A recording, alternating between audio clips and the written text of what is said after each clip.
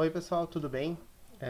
Eu estou com uma proposta então de fazer alguns vídeos trazendo algumas informações relativas à saúde em geral, tanto para profissionais quanto para pessoas que estão interessadas no assunto.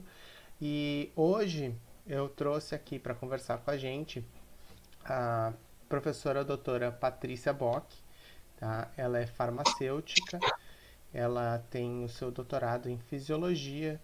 Ela tem um estágio pós-doutoral, um pós-doc que a gente chama na endocrinologia, e ela ministra disciplinas de farmacologia aí em algumas universidades, tá? O assunto que a gente vai tratar hoje, então, vai ser um pouco dessa relação que está um pouco latente, né? Da construção do conhecimento que tem por trás dos testes de medicamentos. E por que é tão importante a gente seguir os passos corretos para testar as medicações. Então, já fazendo a minha primeira pergunta, eu vou passar a palavra para a doutora Patrícia, já perguntando, então, doutora Patrícia, como é que funciona essa questão da testagem das medicações? Como é que a gente descobre uma droga nova e ela acaba chegando no mercado para gente? Boa noite, Lucas. Primeiro gostaria de agradecer o convite, de estar aqui tendo essa conversa contigo e com o pessoal que te acompanha também, né? Então, na verdade, quando nós falamos dessa questão de descoberta de novos medicamentos, esse termo, inclusive, descoberta, atualmente, raramente nós conseguimos descobrir um novo fármaco. O que significa descobrir? Descobrir significa o que aconteceu com a penicilina. Uma coisa, por exemplo, já existente na natureza, que se descobre que tem um efeito específico, no caso da penicilina, contra bactérias. Então, essa questão da descoberta vem do pressuposto de que algum material já está disponível para que nós possamos utilizar como medicamentos. Atualmente, a descoberta efetivamente de novos fármacos, de novas moléculas químicas que possam ser utilizadas para fins farmacológicos, ela é bem mais restrita, uma vez que, com o avanço da ciência, muito do que havia para ser descoberto já foi descoberto. Talvez ainda tenhamos organismos vivendo em regiões mais remotas, como o fundo do mar, ou até mesmo florestas mais inexploradas. Mas boa parte dos fármacos que nós utilizamos atualmente, ao invés de serem descobertos, eles são inventados, literalmente inventados. O que significa isso? Utilizando estratégias de pesquisa básica, nós pesquisamos todo o processo de funcionamento celular de células que podem estar relacionadas com tecidos que estão relacionadas com algumas doenças. Estudando todo o funcionamento dessas células, nós descobrimos as vias metabólicas que estão presentes ali, e com essa descoberta das vias metabólicas que estão presentes, nós planejamos novos fármacos que possam fazer ou uma inibição de algum processo metabólico que está sendo deletério para aquelas células por estar ocorrendo de uma maneira exagerada, ou então descobrindo um processo metabólico de um micro-organismo invasor, como um vírus, como uma bactéria, nós podemos planejar o fármaco especificamente para inibir esses processos que são cruciais para a vida desse micro-organismo. Portanto, se a gente conhece o processo, podemos inventar este fármaco para inibir o processo especificamente, por meio inicialmente de modelos computacionais. Perfeito. Eu vou pausar a gravação agora só um pouquinho. Eu consigo cortar depois, tá? Beleza. Só para testagem das medicações. Como é que a gente descobre uma droga nova e ela acaba chegando no mercado pra gente?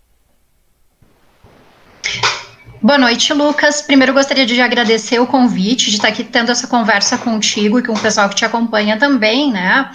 Então, na verdade, quando nós falamos dessa questão de descoberta de novos medicamentos, esse termo, inclusive, descoberta, atualmente, raramente nós conseguimos descobrir um novo fármaco. O que significa descobrir? Descobrir significa o que aconteceu com a penicilina. Uma coisa, por exemplo, já existente na natureza, que se descobre que tem um efeito específico, no caso da penicilina, contra bactérias. Então, essa questão da descoberta vem do pressuposto de que algum material já está disponível para que nós possamos utilizar como medicamentos.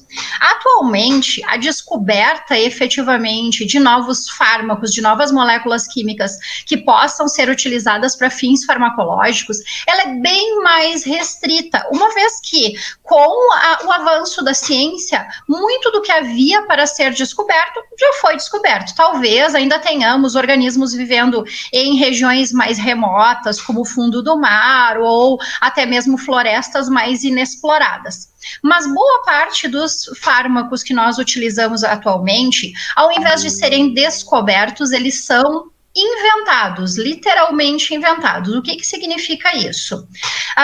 Utilizando estratégias de pesquisa básica, nós pesquisamos todo o processo de funcionamento celular de células que podem estar relacionadas com tecidos que estão relacionadas com algumas doenças.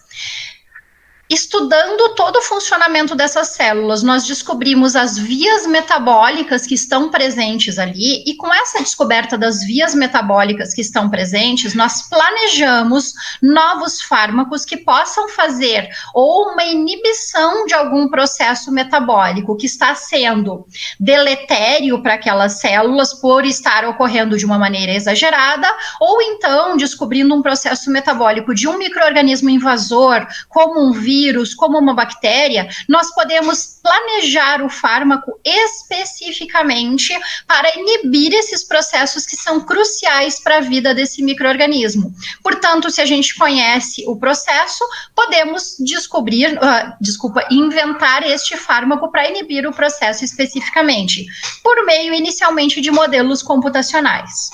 Perfeito. Mas então, Patrícia, quando a gente descobriu uma nova molécula, tá? Ou inventou também, né? Sintetizou uma nova molécula, quais que são os passos para a gente chegar num fármaco, né? Eu vou ter aquela molécula, eu vi que ela é promissora para algum processo, para alguma questão que pode ser interessante do ponto de vista terapêutico, mas qual que vai ser esse processo científico que tem por trás dessa descoberta? Bom, normalmente após essa descoberta ou invenção de uma molécula que seja promissora, na verdade, as indústrias farmacêuticas, elas simultaneamente testam inúmeras moléculas promissoras na fase de estudos, que ainda é uma fase que nós denominamos de pré-clínica. Essa descoberta ou invenção também faz parte de uma fase pré-clínica de estudo de novos fármacos, que significa que ainda não estão sendo testados, não estão sendo utilizados em humanos. Nessa fase pré-clínica, então, logo em seguida dessa descoberta ou invenção, os fármacos, eles normalmente são testados em modelos que são denominados de modelos in vitro. O que significa esses modelos in vitro? Os modelos in vitro incluem desde culturas de células, até mesmo determinados aparatos tecnológicos que são bastante modernos. Hoje em dia existem chips tecnológicos que mimetizam a estrutura de órgãos em que esses fármacos podem ser testados, essas moléculas promissoras que ainda não são fármacos, né? Podem ser testadas, mas de uma maneira geral, os testes in vitro, eles são a fase inicial. Logo depois destes testes in vitro, nós vamos começar testes in vivo, mas ainda não em humanos. Os testes in vivo, eles são feitos em espécies animais, e, de acordo com a nossa legislação, nós precisamos fazer estes testes pelo menos em 2 espécies animais, sendo que uma delas tem que ser de não roedores, não pode ser feito em 2 espécies de roedores. Por que isso? Porque mesmo que o metabolismo dos roedores tenha muitas semelhanças com o nosso, a segurança de testarmos em 2 diferentes espécies é muito maior do que se testarmos em 2 roedores específicos. Então, todos esses testes, inclusive dos fármacos que são muito falados agora, com a questão atual da pandemia, que foram fármacos antivirais, eles foram inicialmente testados in vitro e depois em animais de experimentação. E Então, nesse sentido, é importante, acho que, deixar claro aqui para o pessoal que a testagem dos medicamentos em modelos animais ela é uma parte muito importante do processo de produção ou de testagem de um novo fármaco, porque a gente tem que testar primeiro em modelos que são parecidos geneticamente com a gente para ter certeza de que os efeitos possíveis sejam benéficos e não tão ruins depois. Eu vejo muita gente, e eu sou um grande defensor da causa animal, confundindo um pouco a questão da crueldade animal com a testagem. No final das contas, isso está salvando vidas, né, Patrícia? Exatamente, Lucas. Isso a gente tem que pensar de uma maneira bem importante, né? Porque mudou muito de 50 anos para cá. Toda a testagem de fármacos que é feita nos animais, ela envolve muitos princípios éticos em que o animal tem que ser testado, mas com toda a minimização de processo de dor, de processo de inflamação, minimizar todo o sofrimento possível para esses animais. Infelizmente, não existe um outro modelo atualmente para que nós possamos fazer a testagem de fármacos antes que que eles cheguem a ser testados em humanos. Portanto, entendo também a questão da defesa da causa animal, concordo contigo, sou bastante solidária a ela. Mas enquanto nós não desenvolvermos nenhum tipo de modelo melhor do que essa é a nossa alternativa. E qual seria a outra alternativa? Alguém pode nos perguntar, né, Lucas? Qual seria a outra alternativa? Seria simplesmente não se desenvolver mais fármaco novo nenhum. Então, nós temos essa escolha como humanidade. Mas é uma escolha bastante complexa, eu diria. Perfeito, Patrícia. Então, bom, a gente descobriu a nova molécula, né? A gente fez os testes in vitro, viu que dava para avançar para os testes em animais. Os testes em animais se mostraram com algum grau de segurança suficiente. A gente tem o efeito terapêutico que a gente imaginava que deveria ter. E aí, qual que é o próximo passo? Como é que ele vai chegar lá na nossa prateleira, né? Como é que a gente vai conseguir saber que aquele medicamento ele tem efeito no modelo final, que é o modelo do ser humano? Perfeito. Agora, a partir desse momento em que nós vamos passar dessa fase pré-clínica, nós vamos iniciar na fase clínica. Eu só gostaria de dar uma ideia para vocês a questão de números, né? Na fase ainda de pesquisa pré-clínica antes de chegar aos animais, ou seja, a fase que nós temos a descoberta do fármaco ou então a invenção de um novo fármaco, a parte toda de estudo in vitro, nós chegamos a testar de 10 a 25 mil moléculas, entidades químicas, né, apenas para o tratamento de uma determinada doença. Dessas 10 a 25 mil, cerca de 10 a 20 apenas chegam em testes pré-clínicos em animais. Ou seja, a fase ainda que nós temos in vitro, ela elimina muitas moléculas e elimina bastante a questão de utilização de animais para experimentação. Então, eu só gostaria de frisar essa diferença de números, né? Porque eu acho importante o pessoal saber que não é assim também sair testando tudo que não se tem nenhuma ideia se vai funcionar no animal, né? Não, a gente parte de 10 a 25 mil moléculas para testar de 10 a 20. Perfeito. Só fazendo então um adendo nessa tua informação que é super interessante, algumas coisas que até a gente já discutiu pessoalmente algumas vezes, né? Assim, como a gente sabe que tem muito envolvimento de patrocínio da indústria farmacêutica para descobrir novas drogas, a gente imagina que eles estão colocando dinheiro em tudo sempre, mas essas pesquisas básicas que vão atrás de moléculas que podem ser promissoras, muitas vezes não são financiadas pela indústria farmacêutica, né, Patrícia?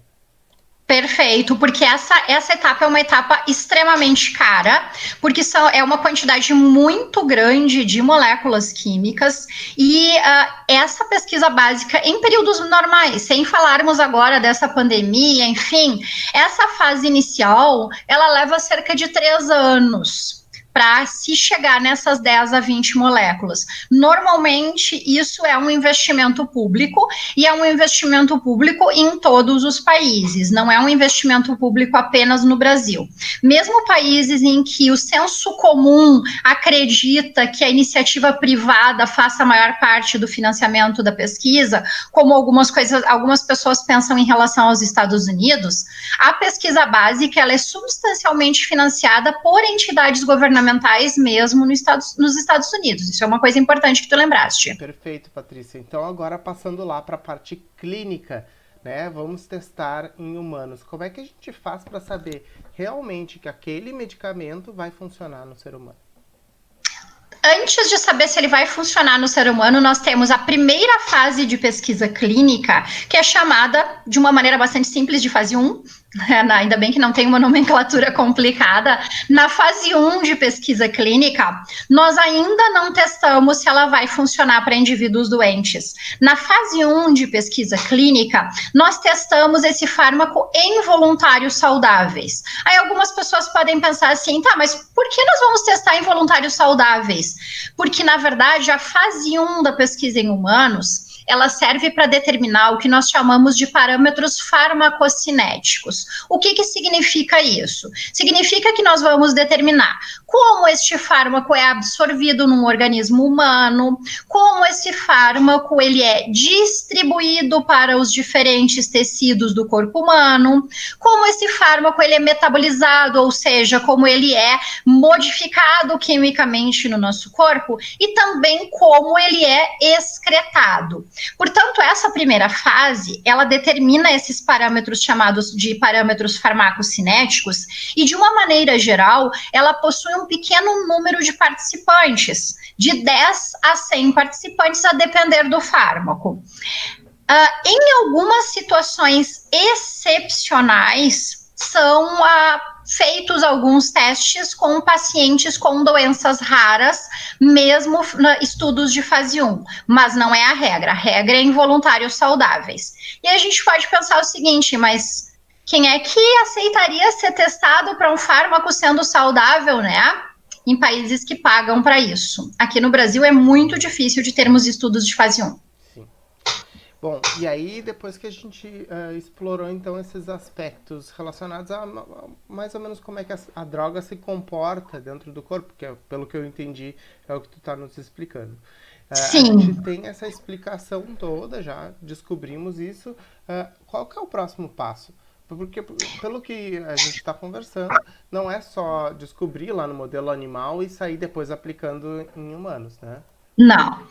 E só esqueci de comentar uma coisa, além desses parâmetros farmacocinéticos também, alguns efeitos de toxicidade graves podem ser avaliados nesse primeiro momento, e por isso é importante testar nos indivíduos saudáveis, porque se já existiu uma toxicidade em um indivíduo saudável, em um indivíduo já com alguma doença pode ser pior ainda. Perfeito. Bom, na nossa segunda fase, na fase 2 dos ensaios clínicos, essa é a primeira fase em que nós já temos a testagem sendo realizadas em indivíduos afetados pela doença. Nessa fase 2, como ela já é realizada em indivíduos afetados pela doença, os pacientes recebem este fármaco experimental. Nessa situação, normalmente os estudos já são feitos na forma de ensaios clínicos randomizados e normalmente duplos cegos. O que significa isso para o pessoal que pode não estar acostumado com a nomenclatura, né? Nesse tipo de estudo com fármacos, então, nós teremos os pacientes que vão receber o fármaco e pacientes que vão receber um placebo ou, em determinadas situações, um fármaco de referência já mais antigo, a depender da doença e do que está sendo testado, né? Mas as pessoas têm que receber tanto o fármaco quanto o placebo ou a referência. Por que isso? Por que isso é tão importante? E nós temos que ter bem em mente isso, porque daqui a pouco nós vamos conversar sobre o teste de fármacos que estão sendo utilizados para essa pandemia, né? Por que isso é importante? Porque se nós não tivermos um grupo de pessoas que não está dando fármaco, nós não vamos ter se as curas ou a melhora na doença foram relacionadas apenas a uma evolução natural da doença e que o fármaco pode não ter funcionado, pode não ter adiantado, pode não ser melhor do que um placebo. Então, é bem importante que nós tenhamos isso. A fase 3, ela é muito similar à fase 2, muito similar. A diferença é que na fase 3, nós temos já estudos multicêntricos com uma quantidade maior de pacientes. Em outras palavras, vão ser estudos realizados em vários locais diferentes do mundo e com isso se consegue alcançar uma quantidade grande de paciente. Nessas fases de estudo, fase 2 e fase 3, já há o envolvimento muito forte da indústria farmacêutica e para ganhar tempo, não é errado, não há nenhum problema, né? Muitas indústrias farmacêuticas já fazem simultaneamente a fase 2 e a 3. Não fazem só em um local primeiro para depois fazer multicêntrico. Algumas vezes elas já fazem simultaneamente, o que não traz problemas. Perfeito. Só que tem que ter mais dinheiro. E aí tem uma outra fase, né? Que é a fase 4. O que acontece 4? Na fase 4 e por que ela é tão importante?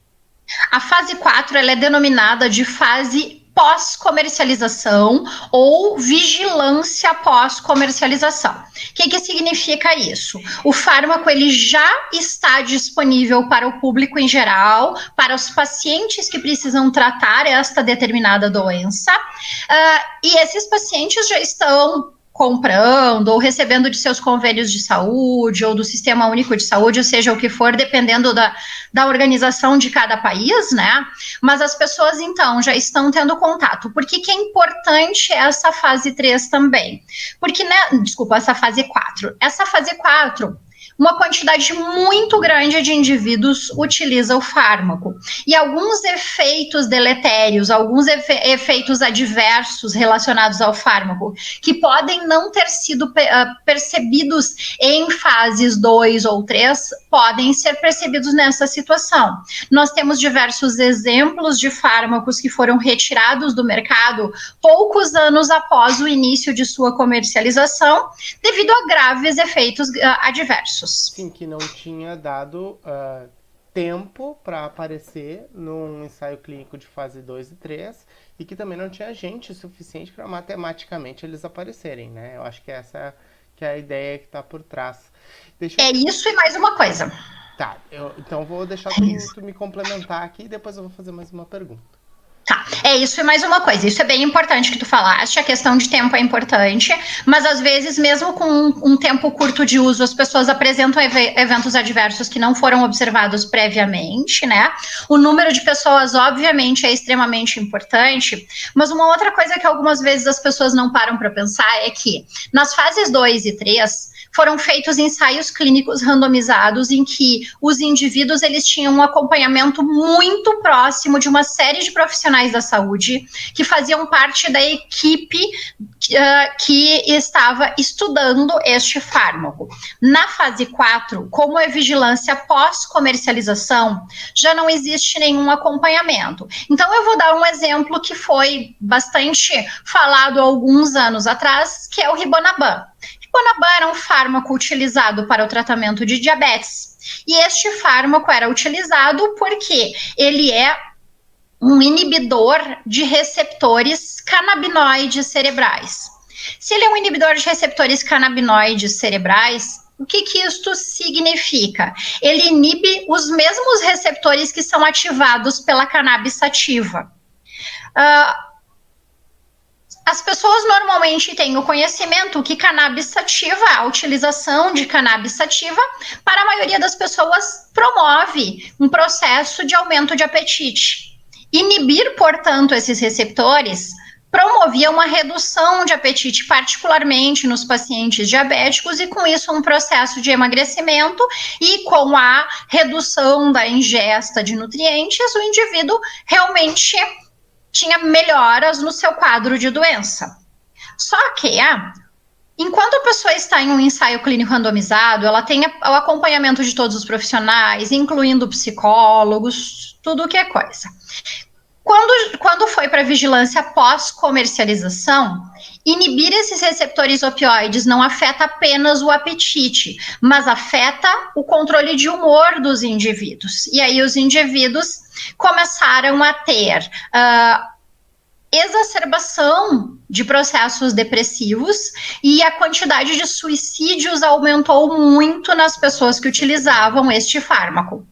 Porque eles não tinham nenhum acompanhamento. Então, é um exemplo importante de que, no ensaio clínico randomizado, em que tudo está controladinho, a pessoa se sente acolhida e esses efeitos podem não ser observados.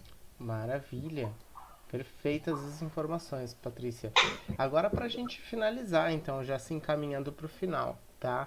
Eu queria te perguntar em relação ao são duas perguntas em uma, na verdade, para dar uma perspectiva para o pessoal que está acompanhando a história da pandemia e dessas questões relacionadas aos medicamentos, né? Porque a gente está vendo assim, existem medicamentos que têm algum potencial e aí o pessoal se pergunta, mas por que a gente não sai dando esse medicamento para todo mundo?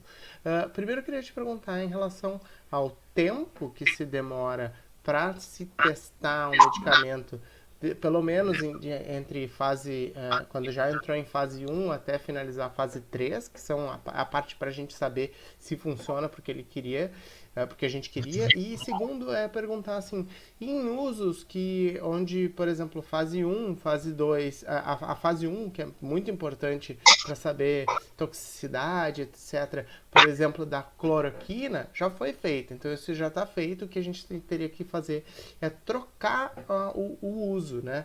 Então, por que é importante a gente ter estudos bem conduzidos para se testar isso e não sair só dando para todo mundo agora? Então, as duas perguntas são: quanto tempo demora para uma droga nova chegar de um ensaio clínico, do primeiro ensaio clínico até sair para a prateleira? E segundo, por que é tão importante a gente saber muito bem o que a gente está fazendo antes de sair dando essas novas drogas que não foram muito bem testadas ainda para todo mundo nessa nova doença que apareceu aí?